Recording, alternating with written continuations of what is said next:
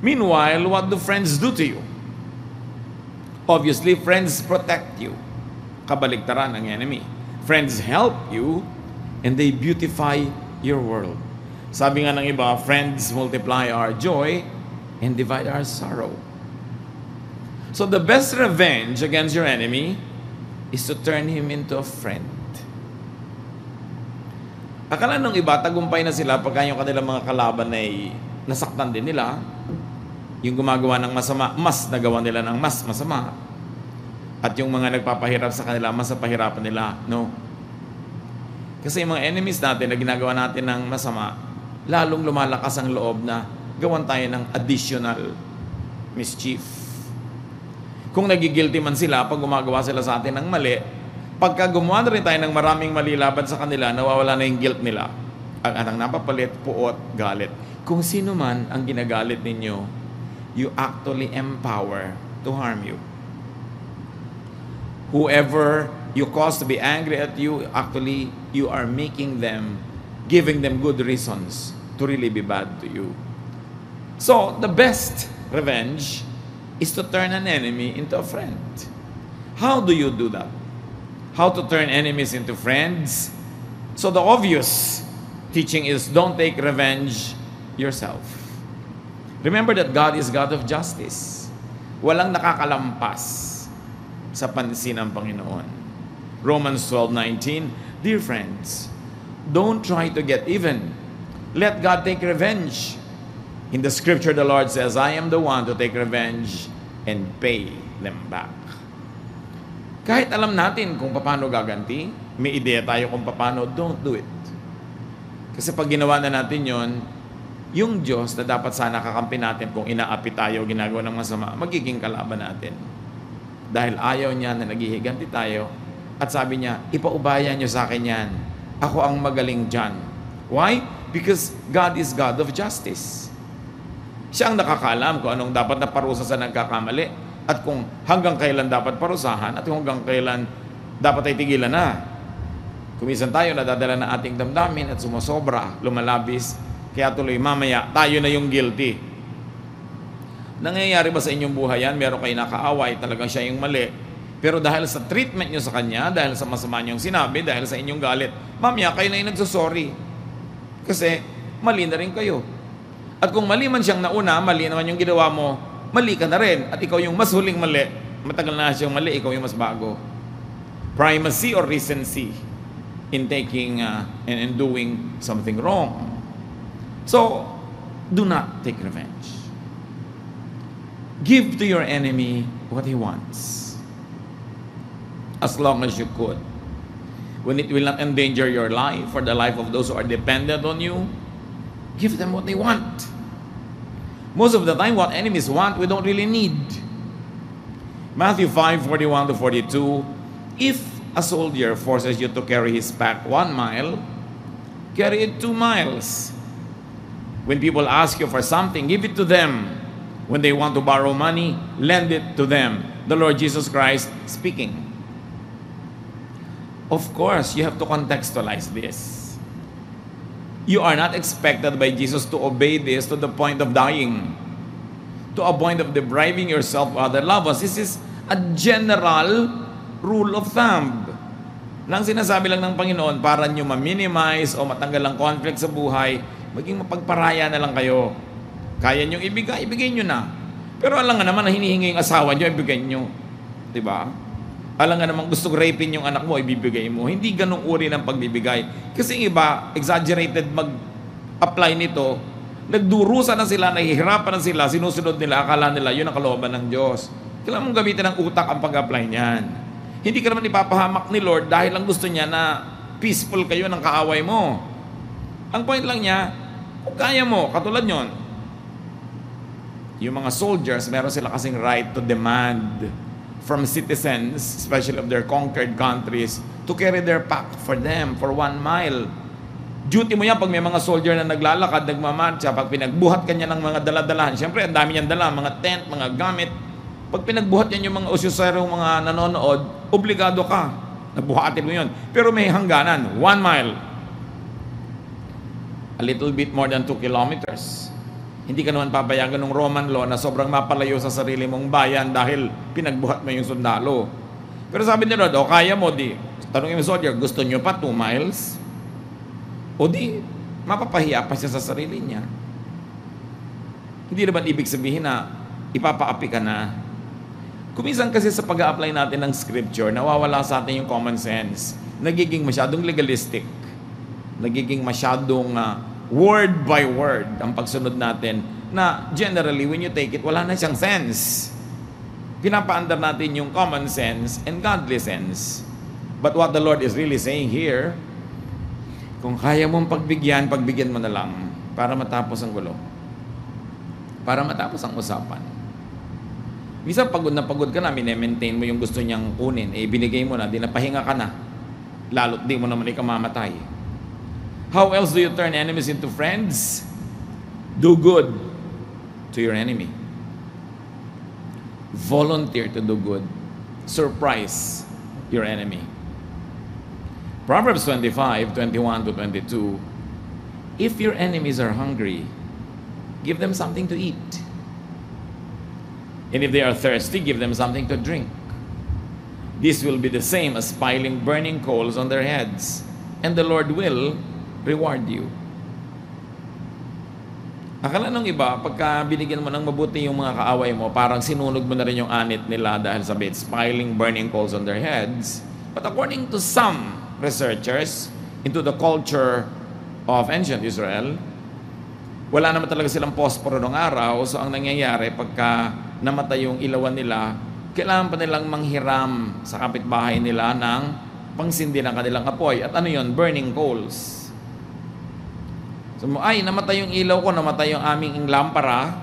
So, pupunta ka sa malayong kapitbahay, bibigyan ka niya ngayon ng burning coals na inilalagay sa para mga palayok na sinusunong ng marami, lalo ng mga babae. So, this is heaping burning coals on people's heads. Ibig sabihin, giving them what they want. Hindi yung pinarusahan mo na ginawang bibingka yung anit nila. Hindi ganon yung reading dyan. But in any case, why give food to your enemy? Why give them a drink? Because kindness disarms people. Pag gumawa ka ng kabutihan, lalo yung hindi inaasahan, biglang-biglang nawawalan siya ng lakas ng loob na gawa ka ng masama. Pero may balak na siyang gawa ka ng masama, tapos gumawa ka rin ng masama, lalong lalakas ang loob niya na gawa ka ng hindi mabuti. Mawawala na sa kanya yung konsyensya lalo. Makikipag-unahan siya sa iyo sa paggawa ng masama para ma-preserve niya yung buhay niya. At hindi lang yun, pag ginawan mo ng mabuti ang iyong kaaway, may reward ka pa from the Lord. Isang reward, you feel good. Wala kang guilt. And the Lord knows how to repay those who are obedient. How else do you turn your enemies into friends? And by now, naglalaro na siguro sa inyong guni-guni kung sino-sino i-consider nyo ngayon na enemy. Sino yun? Matthew 5:43-44 tells us, love your enemy. You have to love your enemy. You have heard people say, love your neighbors and hate your enemies. But I tell you to love your enemies and pray for anyone who mistreats you. Mo love my enemy. Paano yun? Love can be emotional, and that is hard to do. It's hard to apply to your enemy. There's also another meaning of love, is to just stop doing bad to somebody or to be committed to his well-being even without the emotional involvement. That is doable, more doable. But even if, and especially if you're able to love your enemy emotionally, who benefits? You benefit, because people who love feel good. People who hate feel bad. At kadalasan nga, sinasabi natin yung hatred para yung asido, meron kang object, pero saan nakatago yung asido? Sa puso mo. Sinong unang nasusunog ng acid na yon? Ikaw. Hatred is like acid. It burns its container more than the one for whom it is being stored. And where do you store anger? In your heart, in your spirit, in your emotion. So you suffer first, even before you're able to make your enemy suffer. Kaya sabi ni Lord, alam nyo, love na lang. What if my enemy doesn't love back? Ano? Kailangan man na mahalin ka rin niya? Pero kung ikaw lang yung nagmamahal o ikaw lang yung committed to the well-being of another person, you feel good. And you feel good about yourself. Therefore, you win whether or not you are loved back. Kung minahal ka pa, di lalo na. So, kailangan nakikita natin yon. Ang laking advantage when you love people because love takes away the wind from your enemy's sails. Kung yung layag niya, napapaandar ng hangin ng galit niya at galit mo, pero pag inalis mo yung hangin ng galit mo, wala na halos matitirang hangin para yung layag niya umandar laban sa iyo. You really disarm a person by not hating and especially by loving. And the verse tells us, pray for your enemy. Prayer changes things. Prayer moves the hand of God. Prayer moves people. Kung minsan yung enemy, hindi mo kausap. So mo, alam mo, hindi ko kausap yung biyanan ko eh. Hindi ko kausap yung anak ko. Hindi ko kausap yung asawa mo. Magkalayo kami. Yes, magkalayo ang katawan nyo. Yes, hindi nag-uusap ang mga bibig nyo at tenga at mga utak nyo. Pero ang spirito mo, pwedeng kausapin yung spirito niya. And the spirit transcends the body. The spirit transcends time and space. So kahit nasaan yung kalaban mo ngayon, pwedeng makipag-usap ang spirito mo sa kanya. At yung spirito mo, kung nakikipagkasundo, nakikipagmabutihan sa spirito niya, may mararamdaman siya na hindi niya maipaliwanag na bakit, one, maaaring nababawasan o nawawala yung galit niya sa iyo, o number two, nasisimulang kanyang maunawaan at baka magustuhan ka pa niya bilang isang nilalang. So, yung hindi kayang sabihin ng bibig, physical, yung hindi kayang iparating ng utak, paratingin nyo through the spirit. Maraming nagbabago sa spiritual world at susunod lang ang physical world pag nagbago na yon. Kaya sabi sa Bible, our battle is not against flesh and blood, but it's against principalities, it's against spirits in the air, in the heavenly realms. So, imbes dito kayo sa lupa, nakikipagbakbakan, nakakapagod, ang hirap, makipagbakbakan sa higher realm, sa spiritual realm, yung spirit mo, makipag-usap sa spirit niya, makipagkasundo. Subukan nyo yan. Sabi nga sa Romans 8, you don't know how to pray, but your spirit, the Holy Spirit helps you how to pray. In fact, the Spirit of God in you prays to God. Because you don't know what God's will is, but the Spirit of God knows. And the Spirit of God in you knows what the Spirit of God in heaven would like to give you. So when the Spirit of God in you prays in your behalf, it is better. Yun yung tinatawag na praying in the Spirit. Pinapaandar lang kasi natin, lagi yung utak natin, tayo yung nagpe-pray. Siyempre, when we pray with our mind, we only get very limited range. Una, limited yung alam natin. We should pray according to God's will, but does your mind know God's will? Does your mind always know God's will? But your spirit knows the Spirit. Because your spirit comes from the Spirit of God. Kung makikipag-usap ka pa sa ibang tao through satellite, via God. Gusto mo sabihin sa asawa mo, magbalik ka na tayo, pero wala kayong communication. Sumusa kay Lord, Lord, sabihin nyo naman sa Kanya, magbalik ka na kami. Mahirap ba sa Espiritu ng Diyos, nakausapin niyo yung Espiritu ng asawa mo? At mahirap ba sa Espiritu mo, nakausapin niyo yung Espiritu ng Diyos? Kaya nga may satellite eh. Pag nag-beam tayo ng mga materials, let's say to the USA, hindi yun makakarating doon kasi nakaliko yung Earth.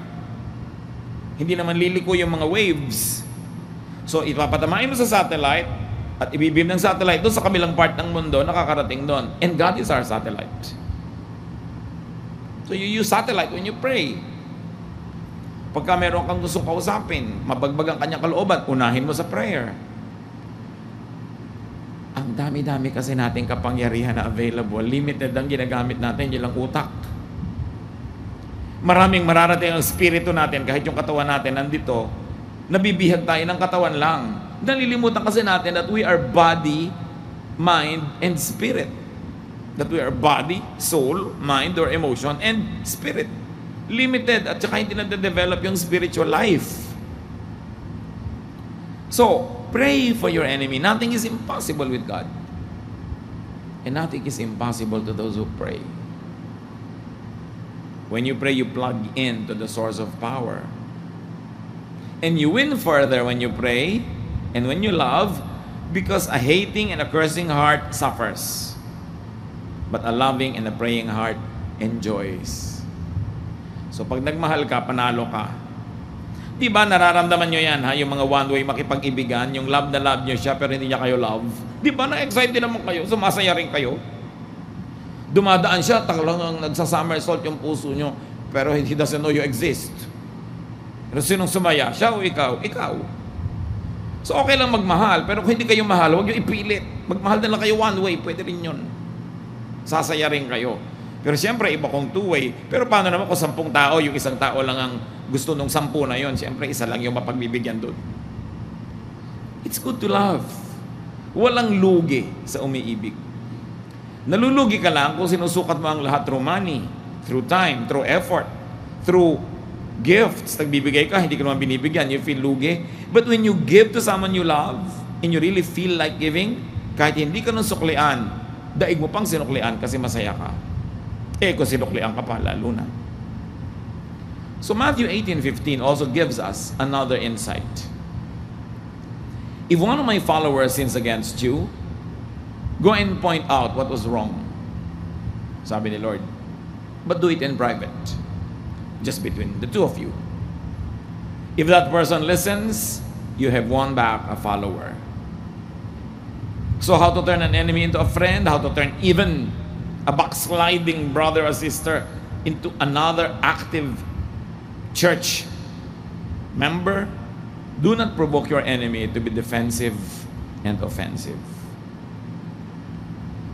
Kung minsan yung kalaban natin gusto na rin makipagkasundo, napapagod din naman siya eh.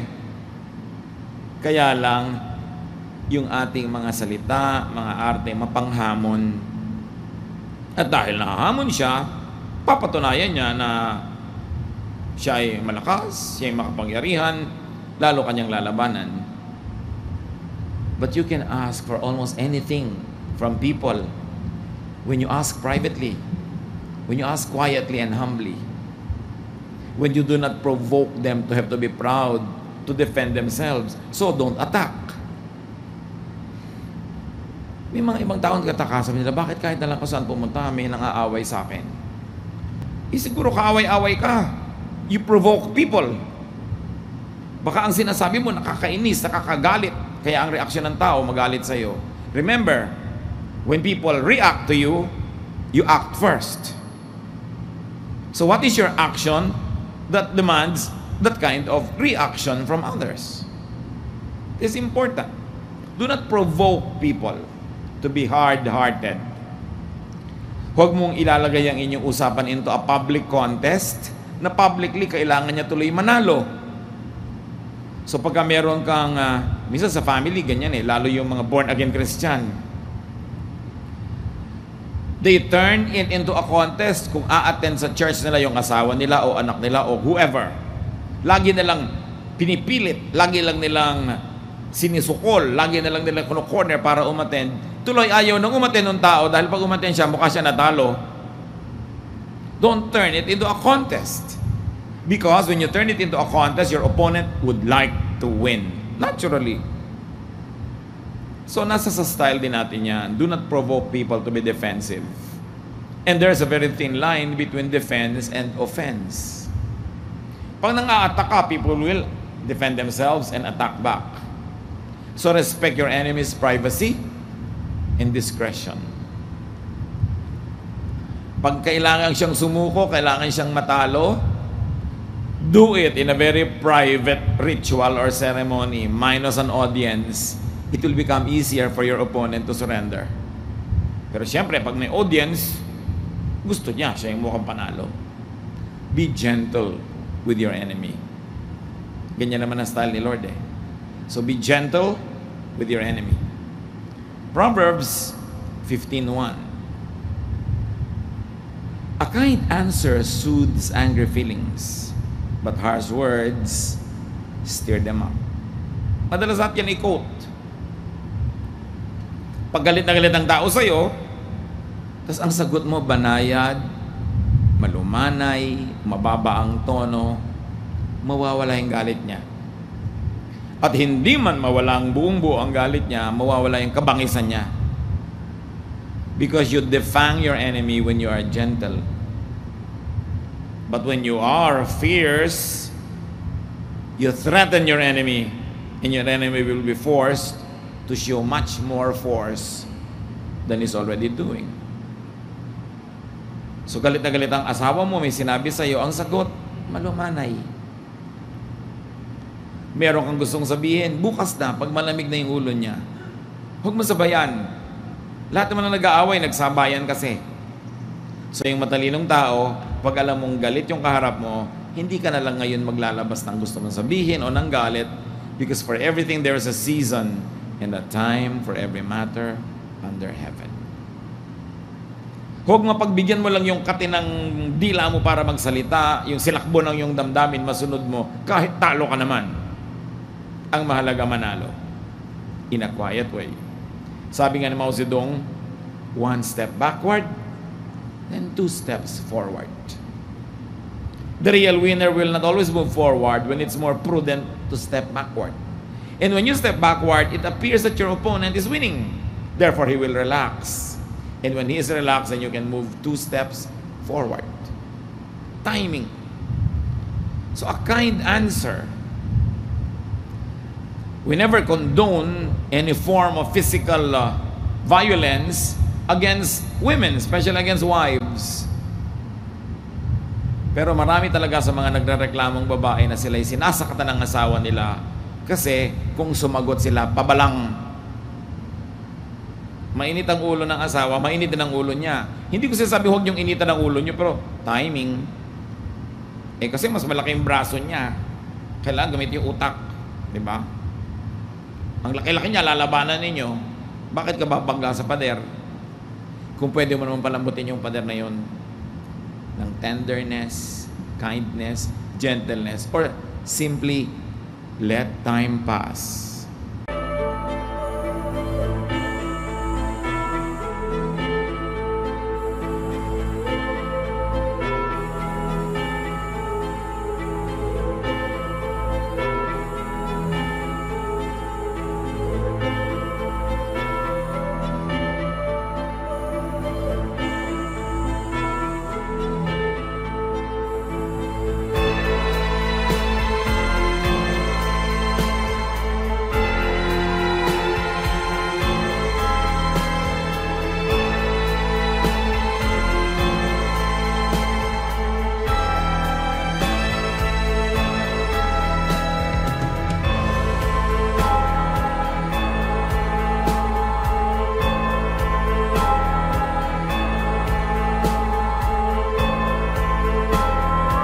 Alam niyo ba kung gaano karaming adrenaline ang kailangan ng tao para magalit?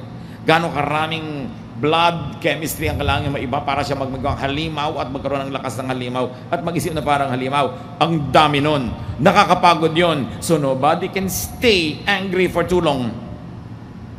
Dahil mauubusan siya ng energy. So hayaan yung ubusin niya yung energy niya. Nagalit siya. Pag ubus na, nakapahinga na siya, tsaka niyo ngayon sabihin yung point niyo. And give a kind answer. Pag may sumandal sa'yo at nilabanan mo yung pagsandal niya, maglalabanan kayo. Pag merong tug of war, humila siya, humila ka rin, ang tagal niyong nakatayo, naghihilan kayo, nakakapagod, subukan mong bitawan yung lubid, tutumba siya mag-isa. Kasi hindi mo alam na ang nagpapatayo sa kanya at nananatili siyang nakatayo, yung energy mo. Bitawan mo, tutumba siya. Ganon din yung sobrang matapang, sobrang galit. Bitawan mo lang, tutumba siya mag-isa. But when you expend your energy against his energy, you just energize your opponent. Hindi tayo ipinapatalo ng Bible. Ang talitalino ng mga pinagkalooban niya, mga karunungan na binabasa natin na sinasabing, a kind answer soothes angry feelings. A wise person will answer kindly. Kaya ang pinipili ng mga ambassador, yung mga mahinahon, kasi maigegera mo, dadali mo sa gera ang iyong bansa kung ang ambassador ay mapusok. Kahinahunan, at the end of the day, wins. Yung sumasabog, nagagalit, nanggagalit, talo yun. How else do you turn your enemies into friends? Defer to your enemy. Magbigay. Magbigay daan. Alam niyo si Herod at si Pilate, king of Israel, and yung isa governor of Israel from Rome, may samaan sila ng loob, may hidwaan, magkagalit sila actually. Pero paano nagkasundo? Dahil kay Jesus. Hindi dahil pinagkasundo ng Panginoon, kundi nung dinala si Jesus kay Herod, ipinadala niya kay Pilate. Ipinadala ni Pilate din kay Herod. Parang, ikaw na bahala, ano bang gusto mong gawin dyan? Yung isa nun, ipinadala rin niya. So, na-massage yung ego nila pareho na, pinapahalagahan pala niya ako, pinadala niya sa akin dito itong nakasakdal. In other words, sige, anong tingin mo? Ikaw ang bahala. I surrender this person to you. So sabi sa Luke 23:12, that same day, Herod and Pilate became friends, even though they had been enemies before this. Dahil nagbigayan. Siyempre, alam naman natin yung pinagbigayan nila hindi maganda, yung trial of the Lord. Pero ang point, sila naging friends dahil nagbigayan. Sa lahat ng ginagawa natin, mga kapatid, let good, not bad, win. That's why you should not take revenge. Bad siya, nag-revenge ka, di bad ka na rin. Wala ka ng lamang. Pag nagsakdal ka sa Diyos, wala ka na rin positive points kasi pareho na lang kayo. Romans 12:21, don't let evil defeat you, but defeat evil with good. Talunin mo ang masama ng kabutihan. Yun ang tunay na tagumpay. So masama ang pakita sa inang biyanan mo, patuloy kang magpakita ng kabutihan. Mananalo rin yun. Dahil mapapagod din ang biyanan mo. At number 2, baka meron ka rin kasing hindi kabutihan, hindi mo lang napapansin. So ngayon, sa paggawa mo ng mabuti, you inspire the other person to show the good side. But when you do bad, you inspire the other person to show the bad side.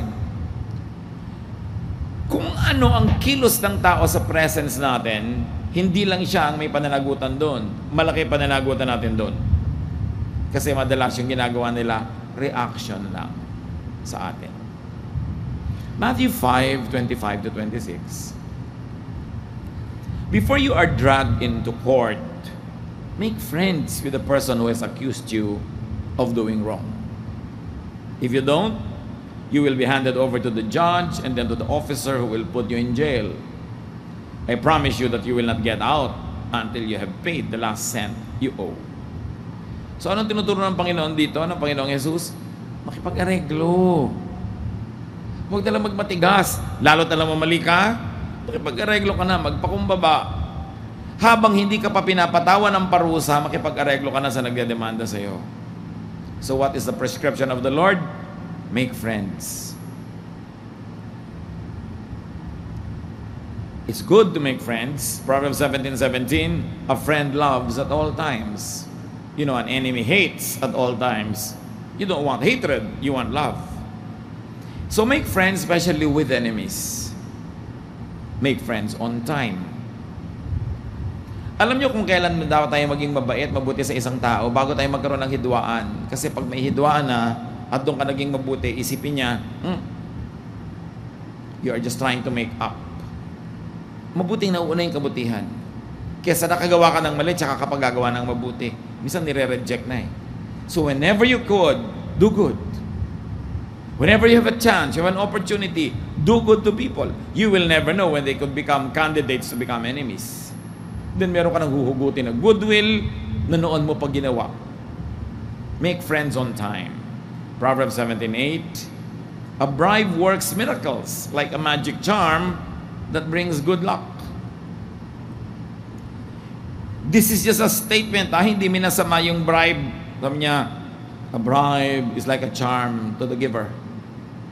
Ang sinasabi lang dito yung karunungan na matatanda, be a gift giver. Siyempre, iba yung mapagregalo. Lumalapit ang loob sa iyo ng sino man. Merong mga Sinasabi, bakit po kaya hindi ako ma-accept nung mga parents ng nililigawan ko? Sasagot ko lang, nagre-regalo ka ba? May dala-dala ka bang buko pie pag dumadalaw ka? Siyempre, pag una mo niligawan yung mga magulang, dapat ganun. Hindi kasi alam na maraming kabataan ngayon yan, ang una mo nililigawan, magulang. Kasi pag ayaw sa'yo ng magulang, the magulang will give you hell. So, kailangan marunong ka manuyo, be a gift giver. Whenever you can, be a gift giver. Maliit man, malaking bagay, iba na yung may tanim. Do not bribe people to make them do bad and destructive things. But yes, bribe people to make them do good and constructive things. Anong masama doon? Kung gusto mong mapabilis yung ipinapagawa mo o nagdala ka ng buko pie, di binilisan, ayaw mo namang napabilis yung trabaho mo. Pero ang masama yung may huwes, may hukom, guilty ka, magbabribe ka para maging not guilty ang verdict niya. Masama yun. Kasi yung justice, binabaluktot mo na. Pinapagawa mo na yung tao ng masama. Pero yung i-inspire mo lang siya para gumawa ng mabuti, bumilis ang trabaho, gumanda yung trabaho, bribe. Huwag kayong kuripot. Kung gusto nyong mabilis ang kilos ng makinarya. May bribing na masama, merong hindi. So mga kapatid, pinag-usapan na natin what to do with your enemies. Lalo naman that you should do it with your loved ones, with your friends. Don't take revenge. Asawa mo yan, anak mo yan, kapatid mo yan, magulang mo yan, biyanan mo yan. Don't take revenge. Sa enemy nga, don't take revenge. Yan pa, na permanent fixture ng buhay mo. Do good. Love. Do not provoke them to show their bad side. Yung ang enemy, hindi mo pinoprovoke. Yung loved one mo pa. Defer to them. Kung ang enemy, tinuturo ng Bible, pagbigyan, magbigay daan. Lalo naman, sa mahal mo sa buhay, lalo sa nagmamahal sa'yo. If you are told by the Bible to make friends with your enemies, 100 times over, you have to make friends with your family. You have to make friends with those who already are friends. Pag sinunod lang natin yung mga simpleng turo ng Bible, mga kapatid, masyadong mamiminimize ang mga problema natin, mamamaximize yung enjoyment of life. So don't make enemies. And if you have enemies, don't take revenge. Turn them into friends. The wise person does not bite. The wise person does not cause others to bite her or him. But you put a smile on their face. That is a true victory. Panginoon, siyasatin mo po kami kung sa mga kilos, ugali, gawa, pananalita namin, nakakagawa kami ng mga kaaway. Kung may pattern ng buhay namin na laging may naiinis, nagagalit, meron kami hindi nakakasundo, paulit-ulit, pabalik-balik, turuan mo kami suriin na ang sarili namin sa mga pananagutan namin sa mga pangyayaring ito. Turuan mo kami, Panginoon, kung paano aalisin ang galit ng mga nagagalit sa amin. Kung paano sila, huwag naming salingin to the point that they are threatened and they are challenged. Teach us to be meek, to be diplomatic, to be friendly. At kung ito naman ay itinuturo mo ang gawin namin sa aming mga kaaway, lalo naman, Panginoon, enable us, give us the wisdom to do more than that to those that we love and to those who love us.